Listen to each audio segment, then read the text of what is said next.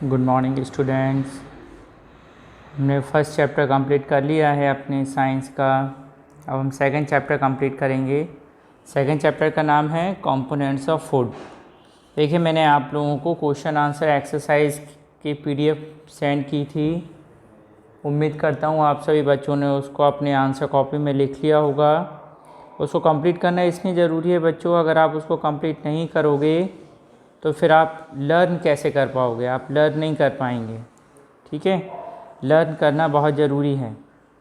ठीक है, और लर्न नहीं होगा तो फिर आप एग्ज़ाम नहीं दे पाएंगे। इसलिए आपको जो पीडीएफ सेंड किया था आप उसको टाइम पर कंप्लीट कर लीजिए। ठीक है, जिन बच्चों ने नहीं किया है अभी भी उनके पास टाइम है कंप्लीट करने, क्योंकि फिर सेकंड चैप्टर की एक्सरसाइज आएगी तो फिर बर्डन ज़्यादा हो जाएगा आप लोगों के ऊपर। चलिए, सेकंड चैप्टर है कंपोनेंट ऑफ फूड। अब देखिए, कंपोनेंट्स ऑफ फूड क्या होता है, आपको क्या करना है, सबसे पहले अपनी साइंस की बुक ओपन कर लीजिए, page number 15, chapter number 2, components of food. सबसे पहले हम न्यू वर्ड्स देखेंगे। न्यू वर्ड्स में पहला न्यू वर्ड्स है कार्बोहाइड्रेट। कार्बोहाइड्रेट का मतलब क्या होता है, एनर्जी गिविंग न्यूट्रिएंट्स, मतलब इससे हमको एनर्जी मिलती है। दूसरा जो न्यू वर्ड आप पढ़ेंगे वो है फैट। फैट क्या होता है, nutrient used as energy store in our body. Carbohydrate तो क्या होता है, इससे एनर्जी मिलती है, और फैट एक ऐसा मटेरियल होता है जो हमारी बॉडी में एनर्जी को स्टोर करता है। Protein, body building nutrient. Protein से क्या होता है, हमारी बॉडी बनती है। ठीक है, हमारी स्किन, हमारी मसल्स, हमारे ऑर्गन्स, ये सब डेवलप होते हैं और बनते हैं। Vitamins and minerals, nutrients needed in very small amounts for the normal function of our body। अब हमारी बॉडी के ऑर्गन बन गए, एनर्जी मिल गई और एनर्जी स्टोर हो गई। अब हमारी बॉडी को काम भी करना है, तो काम कैसे करेंगे ऑर्गन्स, तो ऑर्गन्स को काम करने के लिए जिस चीज़ की ज़रूरत होती है वो है विटामिन्स और मिनरल्स, बहुत थोड़ी सी अमाउंट में ज़रूरत होती है। फिर रफेज, रफेज क्या होता है, fibre food which our body can not digest. हमारी बॉडी में कुछ चीज़ें ऐसी होती हैं हमारे फूड में जो हमारी बॉडी डाइजेस्ट नहीं करती। ठीक है, अब बॉडी डाइजेस्ट नहीं करती लेकिन हमारी बॉडी के लिए बहुत यूज़फुल होते हैं, उसको बोलते हैं रफेज, और सिंपल वे में हम बोलते हैं फाइबर। फिर है बैलेंस डाइट। अब बैलेंस डाइट का है क्या है, a diet which contain the right amount of all kind of nutrients. ऐसा खाना, ऐसा फूड जिसमें सारे कंटेंट जो फूड के होते हैं, necessary content means carbohydrate, fat, protein, vitamins and minerals and roughage, ये सारी चीज़ें प्रॉपर अमाउंट में होंगी, तब उसको क्या बोलेंगे हम, बैलेंस डाइट। ठीक है, तो ये बैलेंस डाइट है। चलिए, मैं चैप्टर रीड कर रहा हूँ, आप मेरे साथ मैच करते चलिए। स्टार्ट करेंगे चैप्टर की रीडिंग यहाँ से। ठीक है, चलिए यहाँ से स्टार्ट करेंगे। From here, what did you have for lunch today. आज आपने लंच में क्या खाया था, दाल, रोटी, सब्जी। Well, for a change you might have taken rajma, rice and raita. दाल, रोटी, सब्जी खाई, या कुछ चेंज करने के लिए आपने राजमा, राइस और रायता लिया होगा। अ मील इन पंजाब could consist of मक्की मीन्स कॉर्न, रोटी, मक्की की रोटी, एंड सरसों का साग, along with a glass of lassi.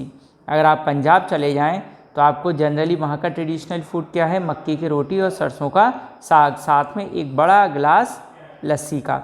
In Bengal, shukto means vegetable curry, macher jhol मतलब fish curry, and rice with rasgulla as dessert is common. अगर आप बंगाल चले जाएं तो आपको वेजिटेबल करी और फिश करी और राइस, साथ में आपको क्या मिलेगा, रसगुल्ला मिलेगा खाने के लिए, ये कॉमन है।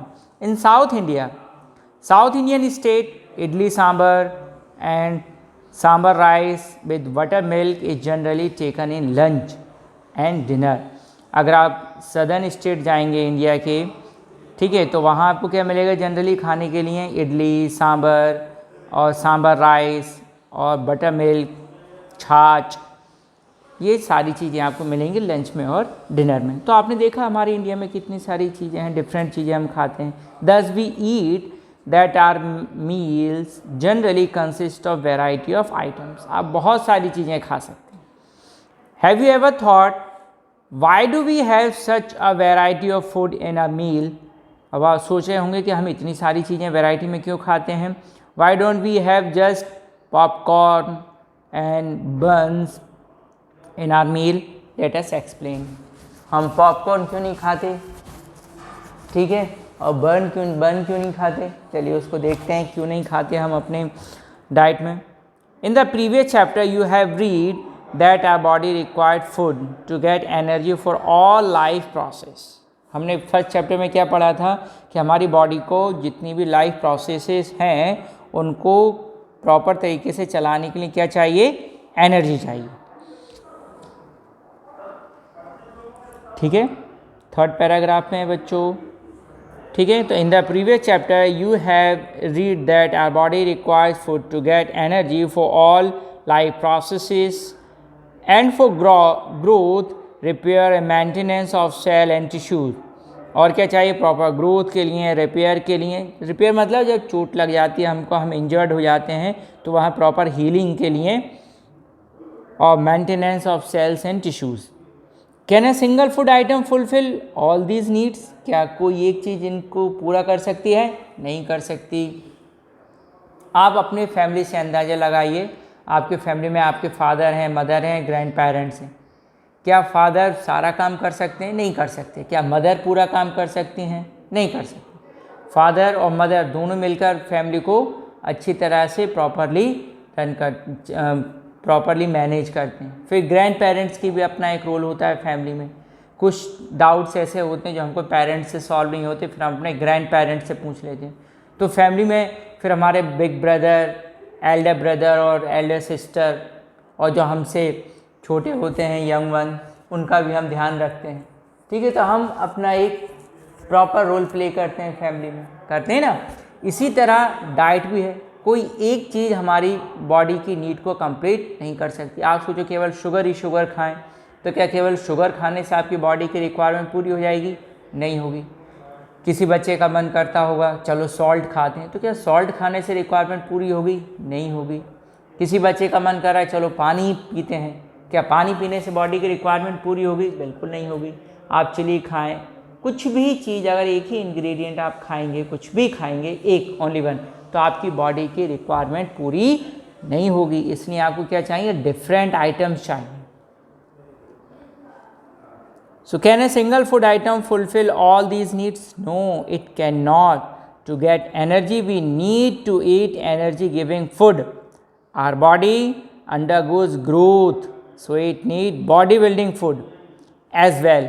We also need to stay healthy and fight diseases. Therefore, our body should also contain substances that can fight diseases. Thus, the food we take should contain all these components to serve different purposes in our body. अब देखिए, कोई भी एक चीज़ हमारी body को properly balance में नहीं रख सकती, क्योंकि कभी हमारी बॉडी में ग्रोथ होनी है तो ग्रोथ वाले आइटम चाहिए, बॉडी बिल्डिंग होनी है तो बॉडी बिल्डिंग फूड चाहिए, प्रोटीन चाहिए. हमारी बॉडी को हेल्दी रखना है और डिजीज़ से फाइट करनी है तो ऐसे फूड आइटम चाहिए जो हमको हेल्दी रख सकें और डिजीज़ से फाइट कर सकें. ठीक है, इसलिए हमको डिफरेंट टाइप के फूड आइटम्स ज़रूरी होते हैं. Thus, the food we take should contain all these components to serve different purposes in our body. These components are called nutrients. A single food item does not contain all these nutrients together in the same amount. आप कोई भी एक चीज़ खाएंगे, अगर आप इडली खाते हैं, इडली सांभर खाते हैं, तो उसमें आपको कार्बोहाइड्रेट बहुत ज़्यादा मिल जाएगा लेकिन प्रोटीन कम मिलेगा. आप पल्सेस खा रहे हैं तो उसमें आपको प्रोटीन बहुत मिलेगा लेकिन आपको फैट नहीं मिलेगी. फिर आप बटर और घी यूज़ करेंगे तो आपको प्रोटीन मिल जाएगा लेकिन अदर चीज़ें नहीं मिलेंगी. फिर आप इनमें से फिर आपको विटामिन चाहिए. ठीक है, तो आपको डिफरेंट चीज़ें चाहिए, तो डिफरेंट चीज़ों के लिए फिर डिफरेंट इंग्रेडिएंट, डिफरेंट न्यूट्रिएंट्स हम खाते हैं. चलिए अब हम आ जाते हैं पेज नंबर 16 पर. आप भी मेरे साथ आ जाइए, पेज नंबर 16 पर आ जाइए. ये आ गए पेज नंबर 16 पर, ठीक है। Our body requires all these components in certain amount, this is the reason that we take such a wide variety of food in our meals. इन सारी चीज़ों की रिक्वायरमेंट के लिए हम बहुत सारी वैरायटी में, बहुत वाइड वैरायटी में चीज़ें खाते हैं। अब देखिए कंपोनेंट्स ऑफ फूड, ठीक है। ये जो टेबल है, इस टेबल को हम देखेंगे कंपोनेंट्स ऑफ फूड। अब देखिए जो कंपोनेंट्स ऑफ फूड हैं, आप अपनी बुक में देखिए, energy giving food, body building food और प्रोटेक्टिव फूड। अब एनर्जी किससे मिलती है? Carbohydrates and fat. Body building food protein, protective food minerals and vitamins. तो याद रखिए हमारे फूड को हम 3 कैटेगरी में डिवाइड कर लेते हैं। एनर्जी गिविंग मतलब जिससे हमको एनर्जी मिलेगी, बॉडी बिल्डिंग मतलब जिससे हमारी बॉडी बनेगी, और फिर प्रोटेक्टिव फूड मतलब जो हमको डिजीज़ से और डिफरेंट अच्छी प्रॉपर ग्रोथ के लिए, ऑर्गन के फंक्शनिंग के लिए ज़रूरी है वो protective food. Along with these nutrients our body also need roughage in the form of fibre food and water. इनके अलावा हमारी बॉडी को और क्या चाहिए? रफेज, रफेज मतलब फाइबर फूड, और क्या चाहिए? वाटर, ठीक है। अब आप सोच रहे होंगे रफेज और वाटर को इंक्लूड क्यों नहीं किया? तो याद रखिए जो रफेज होता है वो तो डाइजेस्ट ही नहीं होता हमारी बॉडी में, तो जब वो डाइजेस्ट नहीं हो रहा तो इससे ना तो हमको एनर्जी मिलेगी, ना ही हमारी बॉडी बनेगी, और ना ही वो हमारी बॉडी को सॉरी प्रोटेक्टिव फूड की कैटेगरी है। वाटर, वाटर से भी हमें एनर्जी नहीं मिलती, बॉडी बिल्डिंग भी नहीं होता, प्रोटेक्टिव भी नहीं होता। फिर हमको क्यों ज़रूरी है? क्योंकि ये जो वाटर होता है ये इन सारी फूड आइटम्स को प्रॉपर तरीके से हमारी बॉडी में सेल्स तक पहुंचने में हेल्प करता है, इसलिए ज़रूरी है, ठीक है। तो ये हेल्पिंग फूड है दोनों, फाइबर फूड और वाटर। चलिए let's come to the carbohydrate here. Most of food item contain carbohydrate which are the major source of energy for the body. There are 2 major type of carbohydrate in food, simple and complex. अब देखिए बहुत सारी चीज़ें जिनमें carbohydrate होता है। Carbohydrate को हम 2 कैटेगरी में डिवाइड कर सकते हैं, simple carbohydrate and complex. Glucose is the simplest carbohydrate found in refined sugar. जो रिफाइंड शुगर होती है उसमें ग्लूकोज होता है और ये सबसे सिंपल कार्बोहाइड्रेट होता है। You will find simple sugar in milk, honey and fruits like grapes, melon and of course in sugarcane. इन सारी चीज़ों में भी आपको सिंपल शुगर मिल जाती है। They are easily digested, बहुत जल्दी डाइजेस्ट हो जाते हैं। Athletes are given glucose solution after they run a long race because it gives energy immediately. आपने देखा होगा जो एथलीट्स होते हैं, कभी आप रेसिंग देखिए, रनिंग देखिए, तो उसमें आपके देखें एथलीट्स के पास में जो रनर होते हैं उनके पास एक बॉटल होती है और उसमें वो कुछ पीते रहते हैं, तो वो पानी नहीं होता, वो ग्लूकोज सॉल्यूशन होता है, और जैसे ही वो पीते हैं उससे इमीडिएटली उनको एनर्जी मिलती है। इसलिए आपने देखा जो बच्चे घबराते हैं एग्ज़ाम में तो स्कूल में भी ग्लूकोज पाउडर रखा रहता है। आपको अगर कभी घबराहट होती है या चक्कर आते हैं स्कूल में, या आप किसी भी तरीके से अच्छा फील नहीं करते हैं, तो आपको स्कूल में फर्स्ट एड बॉक्स में ग्लूकोज मिल जाएगा। क्यों मिलता है ग्लूकोज? क्योंकि इससे आपको एनर्जी मिलती है, और जब एनर्जी मिल जाती है तो सारी घबराहट दूर हो जाती है, ठीक है। तो they are easily digest. Athletes are given glucose solution after they run a long race because it gives energy immediately. Starch is a complex carbohydrate, starch complex है। Starch is present in rice and wheat products such as bread, pasta, cake and vegetable like potato and sweet potato, ठीक है। तो complex carbohydrate किस में होता है? Rice में होता है, व्हीट में होता है, और ब्रेड में होता है, पास्ता में, केक में, आलू में और शकरकंद में। इन सब में क्या होता है? Complex carbohydrate.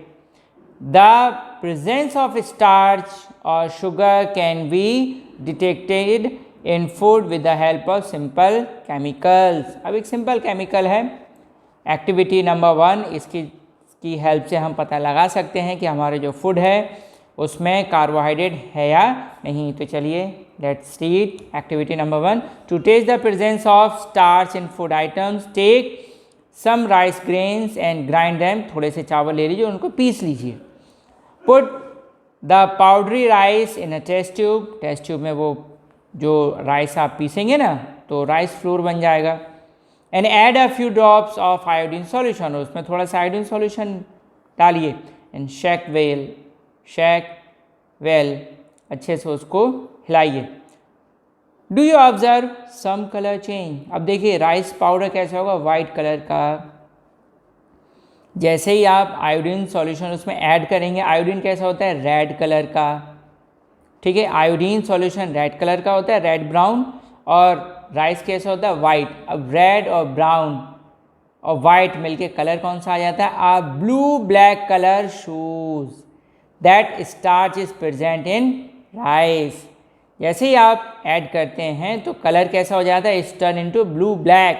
जो रेड ब्राउन था वो किस में कन्वर्ट हो गया, ब्लू ब्लैक। और ये जो ब्लू ब्लैक कलर है ये स्टार्च की प्रेजेंस को शो करता है।